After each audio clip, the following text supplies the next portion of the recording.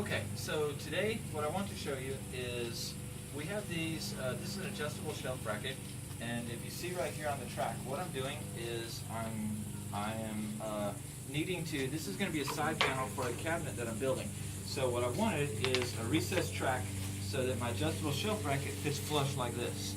Now I'll have to ultimately cut this off to length when I'm making the cabinet, but right now I'm just getting the groove for it to fit, okay? So what we're going to do is I'm going to show you the process on how we're doing that. So over here I've already ran this through the table saw a couple times, but without having a dado blade to properly run this out at 5/8 of an inch, what I decided to do is I made 2 passes with my table saw on the exact width of what I needed, and then I decided to clear the rest of it out with my router. So I'm going to show you how we get that set up in order to do it. So what we're going to do is bring the router right here, and obviously we're not turning anything on yet, we're just simply getting it set to the right position. So I'll set the first one, and then I have these clamps right here. Basically we're going to clamp the work to the table so that nothing can move. And what I'm using is the backside of one of the shelving pieces actually as a support and as a stop for my router.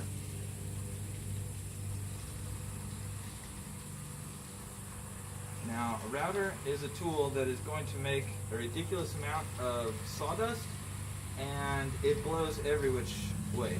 So we want to be extremely careful while using this tool that you have eye protection, and the dust bothers me a little bit, so I use some ear protection as well. So while I get set up for that, pause a moment. Okay, so we're all set up now. Got my ear protection. Darn it. Pause. Okay, so we're getting ready to go here. I've got a little dust cover for my mouth and my nose so I don't blow sawdust up there. And I also have some safety glasses on, which, since it's really bright, they are also sunglasses, and that works out nicely. So this is going to be kind of loud, and but what you'll see is the notch cut right behind me. Then I'll show you how we finish it out.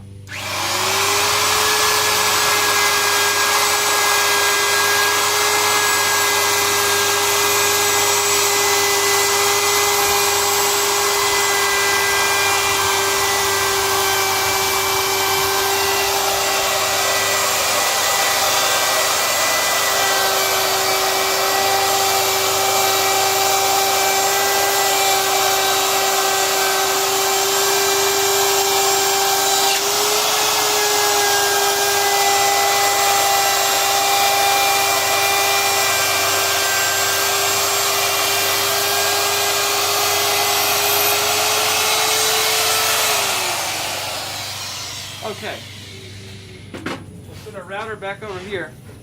Still going? Yeah. So what we have now is pretty good notch, but there's a few places where there's a little bit of a height adjustment.